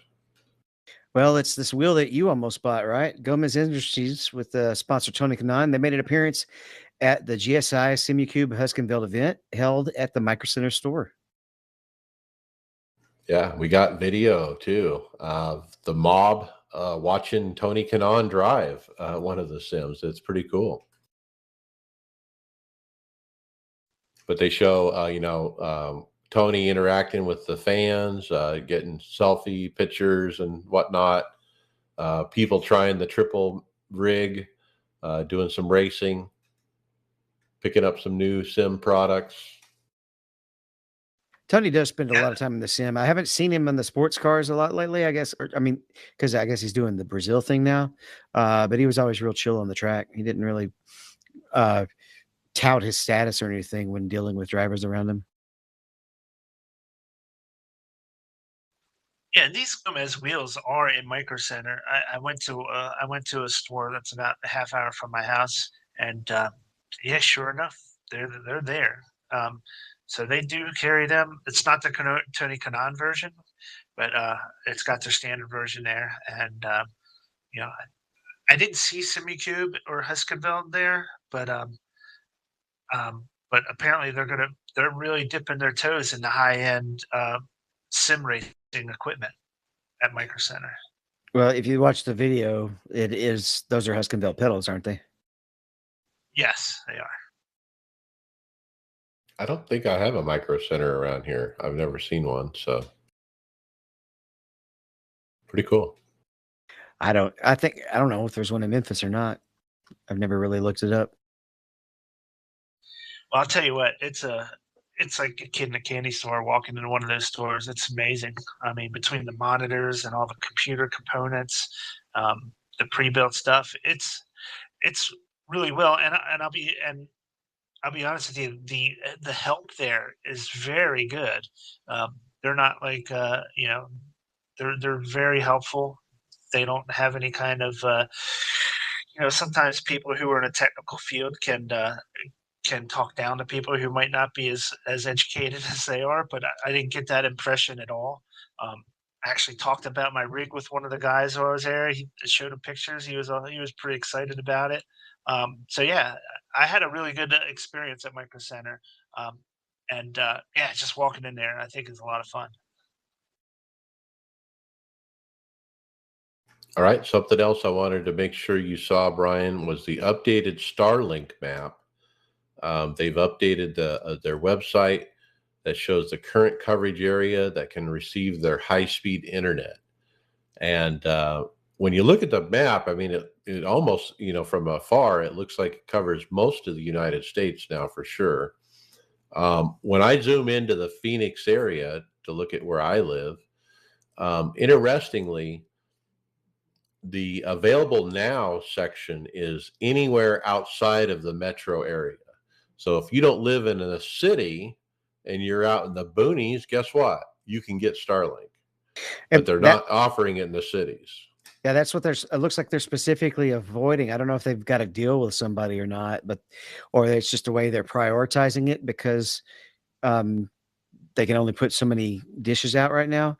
But yeah, if you scan around, all the metro areas are on wait list, and all of the basically very rural areas are not. It's got to be the way they're prioritizing it, I think, like you said. So that's my guess. So Brian, hopefully you're on the available now. Well, yeah, when you sent this link, I checked it out like right away. I zoomed in to my exact area, and it's still in the wait list section. Believe it or not, it's which doesn't make sense. How can you have all these areas that are not in coverage? It just seems weird to me that you would think it would be almost like a stripe across the globe as the satellites have a certain coverage area. I Well, think it's in coverage. It's just they don't want to sell. They're not offering it to the metro areas because they don't want too many people at once. They don't have enough routers. and the main purpose of Starlink is to provide internet in places that they can't get it reliably. That's kind of their selling point. And mean, you're in that boat, but apparently you're close enough to somewhere where they can. Probably too I close to the city. Yeah. I zoom in on Paragould, and I cannot get it there. Right where I live, it's not available. But up in Corning, which is really rural where I teach, it is available. I'm gonna post a picture of where I'm at on our Facebook Messenger so you guys can see where it is, and it's definitely in the wait list area, but there's dabs of available now all around me, so it's kind of weird. But it might You're be up in, worth making a phone call. you are Pennsylvania, right? I got your state right this time. Yep. Yeah. York, somewhere around York, right? Yes, Southern York County. So I remember that place. Lots of green trees and hills everywhere. All right. What else is new? The Stint Analyzer version 2.1. The guy who does Stint Analyzer, he made a change that was big enough to make a new version. He has videos that he made available for information about the new features. Now, I don't use the Stint Analyzer. I think David, maybe you do. Yep, love it. Okay. So yeah, new version. Yeah, I'm trying to pull the picture up right now with the list of features. You can now view the main grid in a browser, meaning the other computer on your network. Okay, so you can now broadcast to other pages. So you could actually like send Stint Analyzer stuff to your streaming computer if you want. Or a fourth monitor or something. You can have it record session events. That allows you to jump to this section in a replay by double clicking on an event. So you can find, you can easily jump back to places where you have wrecks and stuff. Some memory improvements and improvements to the overlays. I don't use the overlays because I already have JRT overlays working so well for me. But yeah, I will download this when I get a chance. I haven't had a chance to really test in 2 weeks, so I haven't opened it to see if there was an update.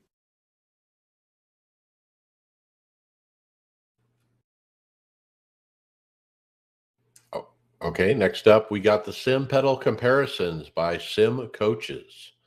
So Daryl over from Sim Coaches was featured in a video this week showing the difference between common types of sim pedals, and he goes over load cell versus hydraulic and what do you get, what are the different price ranges, what are the drawbacks and or advantages to each.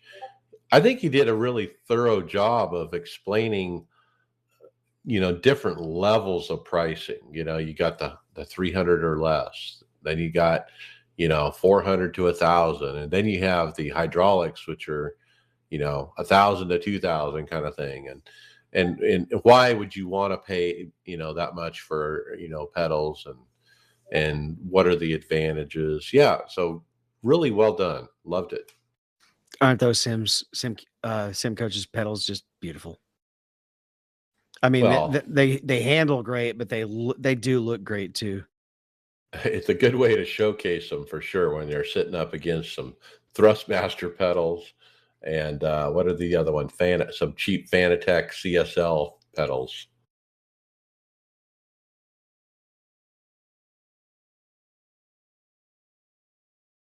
But yeah, if you want to learn about the different pedals, this is a great source. Yeah, we got a lot of hardware we're hitting today, and we've got plenty of time for it. So SimuBox has an eBay store with a variety of button boxes. This one's kind of neat. Looks kind of Stream Deckish, and maybe even a little Lego-ish, but it might be handy. Yeah, this is a new offering, I think, for him. He calls it the SimuBox M4 GT3. Before we've talked about this guy because he offers the Porsche 919 box that kind of replicates what's in a Porsche, which is pretty slick. Now this new one, the M4 GT3, I think the big thing on this one is it's got the emergency stop for your wheel up at the top, like a top button, which is kind of unique. I don't think I've ever seen that, where normally all the buttons are just on one side, but in this case, they're all on one side, but he's got the emergency stop on the top, which makes it unique, and it really caught my eye. Well, that's a great sell because these are the first button boxes that I've seen that include that feature, right? It's almost something we've had to buy separate or either DIY or straight from Fanatec. Right, to have it included in the box itself, yeah, that is unique and a first time thing. Yeah, I don't remember covering the 919 box, but I'm taking a look at it. That's interesting. Yeah, it's got a different shape to it, kind of like I don't know, a triangle almost, um, That would probably be but what fits on a dash, and it's got four rows of four of buttons. And I guess I have no idea what all that would be used for. I guess in the real car anyway. so this is an eBay store SimU box. If that had been around, if I'd have been aware of it with that emergency stop, I probably would have gotten something like that instead of the little DIY stop. Definitely pretty cool.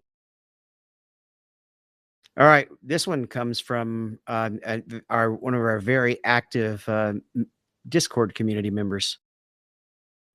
Dr. Orzi, he said these have pedal sex appeal. They look really well made and have ABS. I wonder if that means it's just a rumble motor or something even better. The elastomers are fully enclosed, which is definitely a good thing with these LC pedals. So you can't over squash them and cause permanent deformation or even bust them. I also like the fact that once you calibrate them, it's saved on the PCB, so no need for in-game calibration. What he's talking about are the AP121 from augurisimulations.com. These are new pedals. They're on pre-order. They start a delivery date of June 2022. They're at 1,100 euros, excluding VAT. and They're all jet all load black. cell, right? Yeah, the black is pretty cool. They're all load cell, so they're not hydraulics. Um, and the throttle is has those absorption rubbers with springs and bearings. Um, That brake design I really though, like the black. that brake design though has 2 cylinders instead of 1. So that makes me wonder what that is. Maybe that has something to do with the ABS. Ah. Oh, actually what it could do, if it's actually proper ABS, it would push the brake back out. When you actually activate an ABS on your car, you can actually feel it pushing the brake back against your feet. Okay, yeah, that might be it. Yeah, Huh. That's a neat look. It's got, like you said, 2 rods connected to the pedal instead of the normal one. So that definitely looks different than any pedals we've seen so far. And it is definitely a very sleek design. The colors, oh man, they got some gold parts on them with a little bit of like the spring stuff is like the spring is silver. There's some gold swivel pieces and accents, I should say, and then everything else is like a jet black. Neat look. It's kind of interesting.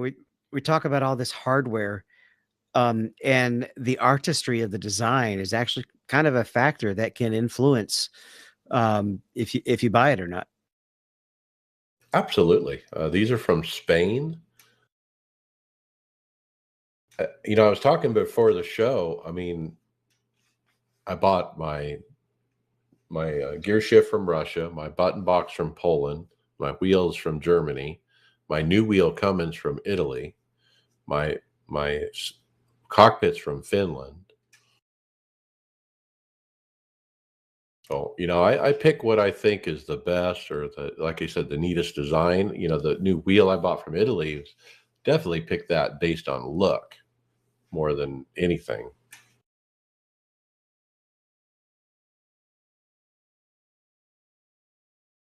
So what do we got next? We got a racing simulator trash talk, which leads to the ultimate upgrade. This is a great video. I found this YouTube channel last night. I sat down and watched this guy's video. Um, and I liked it. I was entertained. This guy's called Be Tough. I have never heard of his channel before. He has a wide variety of topics, but he has a simulator in his living room, a play seat. But he's got it on a motion thing, and he's got a lot of upgrades. But basically, he started the video saying, I'm sick and tired people trash talking my play seat with the thing up between my legs. And So he's so talking I'm sick directly of to it. me. Sick of it. I'm going to build me a proper rig. And so he goes out to his garage. He's a welder. He's got some welding stuff and he starts putting pipe together and metal bits. And he goes through the process and documents his rig build basically. When he's done, it looks nice. Now, did he just design this himself? Yeah, he just basically drew it on a napkin kind of thing and bent some pipe and, for the angle up for the steering column thing. And when he's done, it looked really good. He's got some really good wiring skills that I was trying to pick up on because he keeps it in his living room and you can't see any wires at all. I mean, he does a really good job. He's got 4 butt kicker amps. He's got them all the amps and all the different in the computer, all behind the monitor. Like everything is totally hidden. He even hides his VR behind the monitor when he's not using it. Yeah, he's got a couple of fan blowers on there as well, right? Yeah, he's got the SRS Studio sim, wind sim thing. That's very cool. Now he just needs triples. Well, if he's got VR, he doesn't need triples. Oh, that's right. That's right. Yeah, I mean he needs a better VR because he's got the Oculus Quest. He's got a proper race seat on a mover, like a a motion thing that just moves the seat basically. This thing is heavy too. It's all heavy metal, heavy pipe, and yeah, he's got this base thing that he put it on, so it's pretty massive. He built it kind of like they make roll cages out of the out of the tubular steel. He just bends it, and builds it, and stuff like that. Which is kind of how they build like roll cages. So, Yeah, you look. see, accomplished machinist. Yeah, if you look at like the 2130 mark, you'll see behind the monitor how he's got it all set up. Look at where he put the fans. I mean, he put the fans down by the pedals, and that gave me an idea. Like that's where I'm thinking about putting mine, like way down by the pedals, maybe on the far side of the pedals, to get him physically away from me, and then the hoses, come up to his face.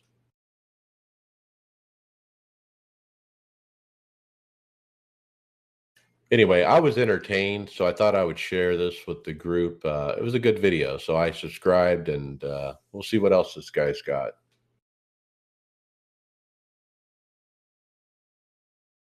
Well, that's all of them. It's time for some results.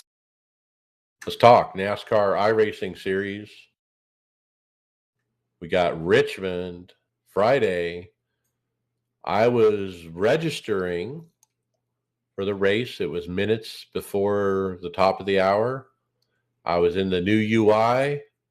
Like I said before, I couldn't find it when I initially went in. I had to start typing into the search NASCAR iRacing series.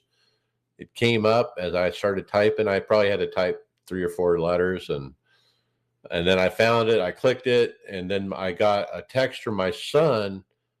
Hey, Dad, I just wrecked my car. Can you come save me? So I withdrew. I think I withdrew in time where I didn't get punished. And went and saved my son. He totaled his car, and he didn't get hurt, but yeah, so I had to go pick him up. And nobody from our team ran. I wonder if it was because of that UI. Well, I was playing a show. I think that's the first time that nobody's ran a Friday night race from our team in a long time. What about Sunday morning? Doesn't look like anybody else ran either because of the UI. Okay, do we see a trend here? Well, no, the UI was already open at that point. Why didn't I run? Had I already messed my pedal up at that point? So do you want to talk about that now? Sure. I can't remember if that's why I didn't run or not.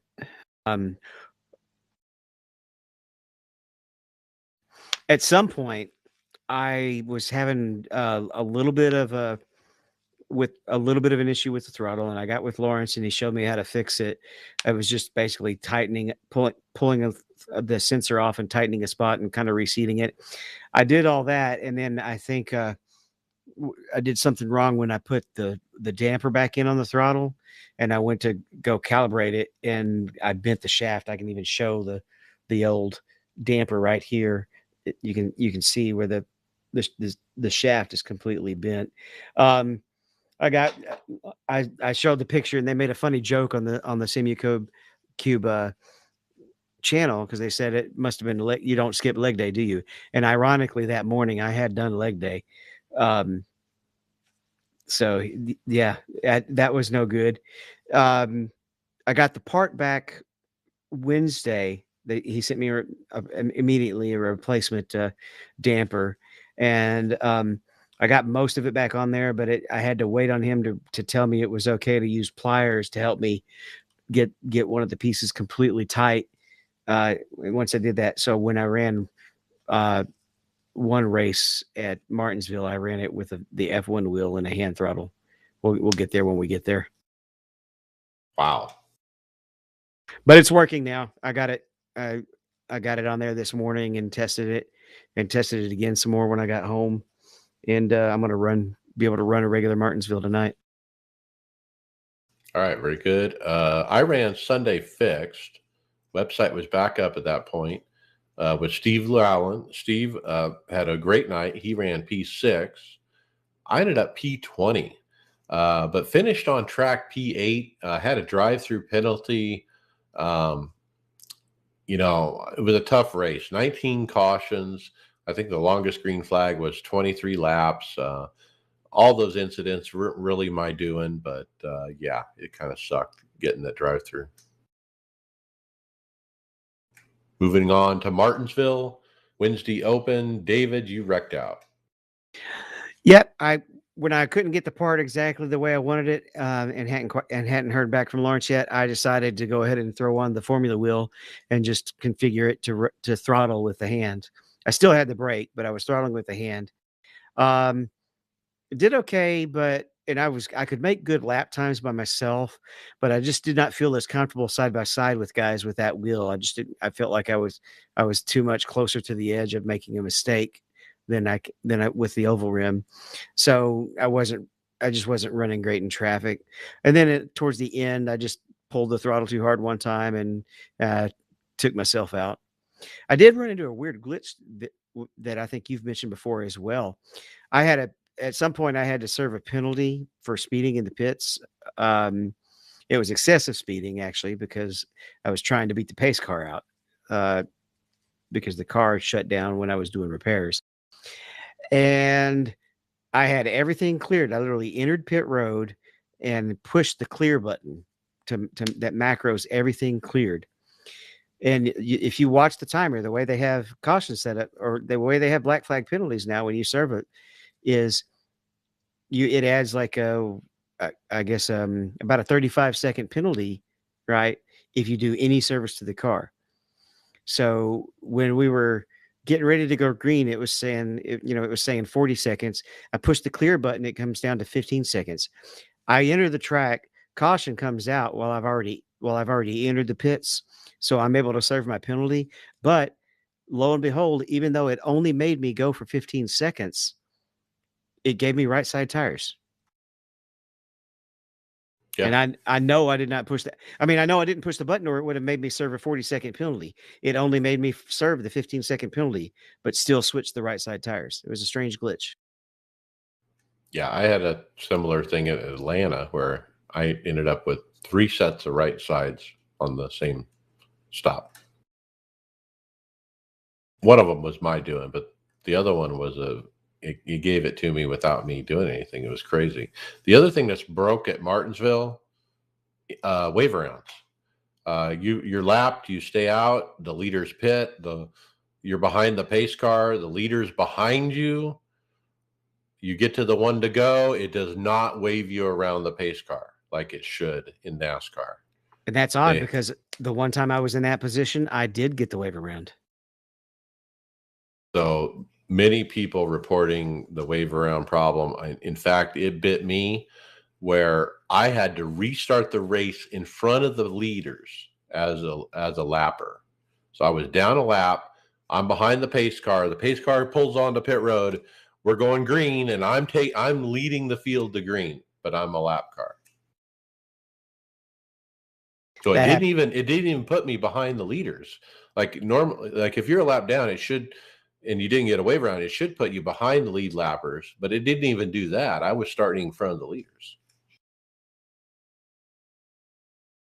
Anyway, they need to fix that. I ended up P13. I ended up with a drive-through for too many incidents near the end. There was not enough time to recover. Probably ran as high as 7th. There were 21 cautions. Now, I told Tony at one point during the race, man, maybe I should purposely get to 17 incidents now so I have time to recover from it, because I kept getting more incidents and creeping up to 16. And I should have did that. I almost wish I did, because when I did get to 17, there were only a handful of laps left, and I just didn't have time to get back up through there. You would have been a lot closer to getting DQ'd though, as well. Frustrating. Kyle Pendergraph ran with us for the first time in a while. DQ'd out as well. He got full DQ'd out actually. Adam was in the same split as me, and he spun his tires on a restart and took himself out. That seems to be a trend with Adam, right? Lately, this year, Spinning the tires on the restart? just taking Or is it himself ever out. Maybe. Once a week, he's done it. Steve Llewellyn ran. He was in his own split. He quietly left TeamSpeak. I assume he wrecked out. Tony Rochette, P8. The burb is back in the car, recovering chicken wing and all. Car felt great, even being used and abused like the Bursa sack that was taking out of my shoulder. Damaged on start of the race, went down a lap a couple of times to get damage fixed and kept getting hit. Car still fast, ended race with a very rare 1X to DQ. Tom Dreiling, P5. Started on the pole, led for the first 75 laps till I decided to pit. Worked my way back to the lead while taking it easy through lap traffic. The second place car turned me. Got a lot of damage and really wasn't able to run fast laps. I'll take a top 5. Look forward to Sunday. Yeah, he was the car to beat till he got hit. And he said it felt like something was dragging, like the car wasn't right at all, and he was losing spots. And yeah. I think Tom could almost rename Martinsville Tomville. He loves that track. Yeah, I think he's expecting to win Sunday. He was very confident in that race and was the car to beat. All right, today I ran Thursday Open, P13. That's not how I ran, though. I started 19th. I got as high as second on the final green-white checker with 16X at that moment. The guy in second comes into me. I was third. Yeah, something like that, second or third.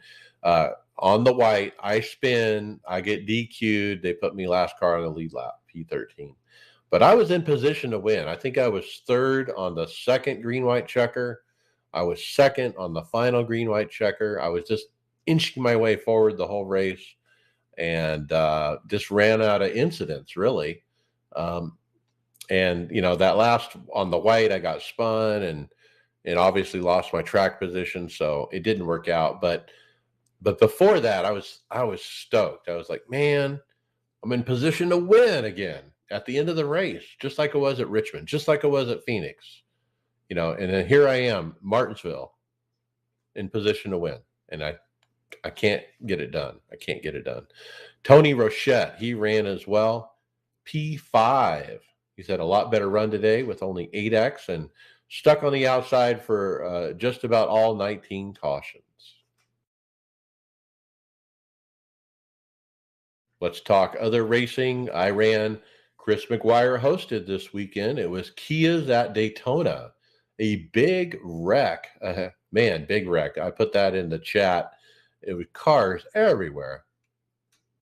One thing I noticed about the Kias at Daytona, the Kia can stop on a dime. I mean, the brakes on this car are better than any car. I couldn't believe how fast this car stops.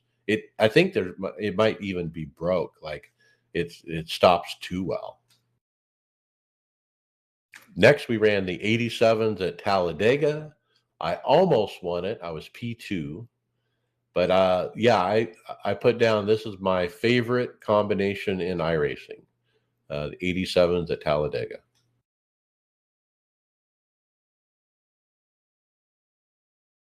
Let's go to leagues.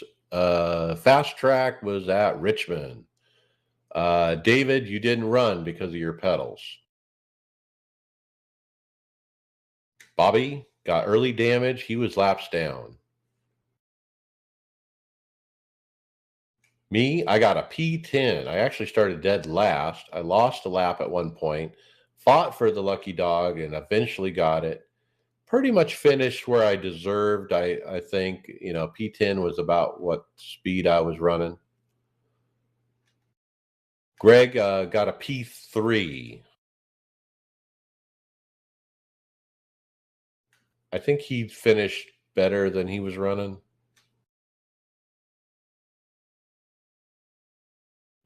All right, next up, OBRL Aftermath Truck Series. It's Tom Ogle for the win at Martinsville. Dean Gear second, Dwayne MacArthur third.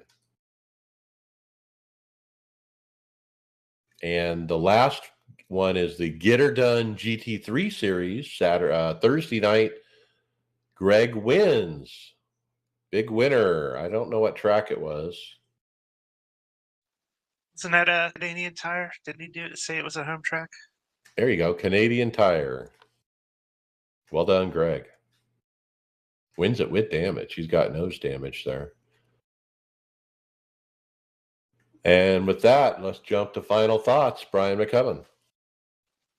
Hey, I want to jump off of a conversation they had on the Door Bumper Clear podcast. They were talking a little bit about F1 and the growing popularity and how much it was tied to like the show that's on Netflix, The Drive to Survive. And NASCAR desperately needs something along those lines. Like the Fox pre-race show is total garbage. They said they have like a dancing watermelon seed or some nonsense like that. It's not. It's an entertainment show. The pre-race. It's not for like racing fans. You're not going to learn anything. Um, or you're not going to get any great stories. So, but they could really use a quality made documentary style behind the scenes program like that Drive to Survive. I know the one driver said that Bubba Wallace has the Netflix show, but that's not going to cut it. Um, they really need something to really show what goes on what goes on getting into these races and all the behind the scenes stuff that makes the personal stories relatable, so you get invested in this series. So that's my suggestion. I know you've probably heard that 1,000 times before, but I just want to reiterate that NASCAR needs something like that. It's about time. Yeah, they've How tried to about- do some reality type stuff before. And F1 has already almost started to fall into this trap of starting to try to manufacture some of the drama. So I like the idea. I just want to get away from that. What happens with all the reality shows where they just set up and manufacture drama. Right. And the thing is that NASCAR has that drama and it's legit most of the times. It doesn't need to be manufactured. You know, you know how F1 races are. They kind of feel get set and there's not a whole lot of uh, high end excitement as far as like beating and banging or anything like that. Well, NASCAR's got that in spades, and they could capitalize that on that with a show that really goes over that and gets deep into those kind of conflicts. It would make it so much more interesting. Do you remember the show that covered a lot of the modifieds at Bowman Gray a few years back? Do it was on Discovery. It was a yeah, and that was awesome too. It's about these guys you've never heard of, a track most people probably never heard of, but it was put on in a way that made it so interesting, and you got so invested in it. It was fantastic. I'd love to see a show follow Parker Retzlaff through his coming into the Xfinity series as he's in the Coke series, doing virtual and real racing at the same time. Sounds like a neat idea. Yeah, there's a lot of ways they can go with that, but it's a platform that they're just missing on right now, and they need to get their foot in the door of something like this, and I think that's part of the reason why like these podcasts like Dale Jr. Download and Door Bumper Clear are so popular. There's not anything that really does in-depth race recaps and stuff like that that show have some fun with it and get into some of the conflicts and some of the drama that goes on week by week. Okay, cool. David Hall, final thoughts. Got a couple things. Last week, I wasn't doing a concert. It was kind of funny how you called that when you were talking in the results. I played a musical. Being a doubling woodwind player, it's always fun to get in the stage, and that's the first musical I've been able to play in 3 years. So that was nice to get back to do that. It's one of the other reasons I don't like to do usually weeknight leagues normally is because I end up having a lot of gigs when things are normal. But it was nice to get that down. Also, I had the pedal issue, and once again, sim coaches showed how they have the best customer service out there. They put it in the mail on that Saturday. I sent him. I remember now that I sent the picture to him on Saturday, and it was in the mail on Saturday, and I got it by Wednesday. So that that's just unbelievable customer service. If you and that they're quality pedals. If you want to race with if you want to spend the money on quality pedals, and they do make a difference, especially for any of us mid-pack race, middle of the road, anywhere from 2,000 to 4,000 iRating guys. I really do feel like they are a difference maker, and it's just so nice to be able to hop on Discord and get stuff taken care of, even on the weekends. So you think you'd ever get a response from an email from that other company in the middle of a weekend? Well, you have to stay up to like 3 a.m. if you want to email Fanatec and have a live response. Is that what you mean? I was trying to be nice and not say the other company, because I love their products, but they definitely lack on the customer service side. Okay, and I see Greg again. Greg Hectus, final thoughts. I was just popping back in here before I was about to race here at Watkins Glen in the Get Her Done series. But yeah, I'm just hopefully you guys had a good show. I was kind of busy doing some stuff, so hopefully this was a busy week with topics, and can't wait to run some Martinsville and maybe go for 2 in a row here at the Get Her Done series race here. Yeah, go back it up, man. 2 in a row. Get it done. All right. It's get her done. Get her done. It's get her done. Get it. That's what I say in the chat when I get fired up. Get it. Okay, my final thoughts. Yeah, love having a project. I'm waiting for my wheel from Italy. Should ship in a week, but I checked their website. It just says processing, which is what it said the first day I bought it. So it doesn't look like they're doing anything. But anyway, this wind sim is fun, but I think I'm in over my head with the soldering stuff. So I hope I can figure out a solution. I'm going to throw more money at it. I'll buy the magnifying glass, and I'll probably screw this motor control board up the first attempt. It would be my guess, and I'll have to buy another one. But I don't care. I'm going to figure it out. Got a backup plan, I hope. Like maybe I'll get my son to come over and try it. I don't know. But excited to have that wind blowing on me when it's real hot. That'll be nice. I usually am sweating at the end of these races, so I think that's going to be a nice comfort level change, and looking forward to it. Also excited to, be in contention at Martinsville like I was at, Phoenix and some of these other tracks. And it just feels good to be running well in these cars. These cars are hard to drive. This week at Martinsville is much like Martinsville last year. But I'm running like I usually do, top 5. So let's go get it. We'll try to get a win tomorrow. And with that, hey, we'll see you later. See you on the track.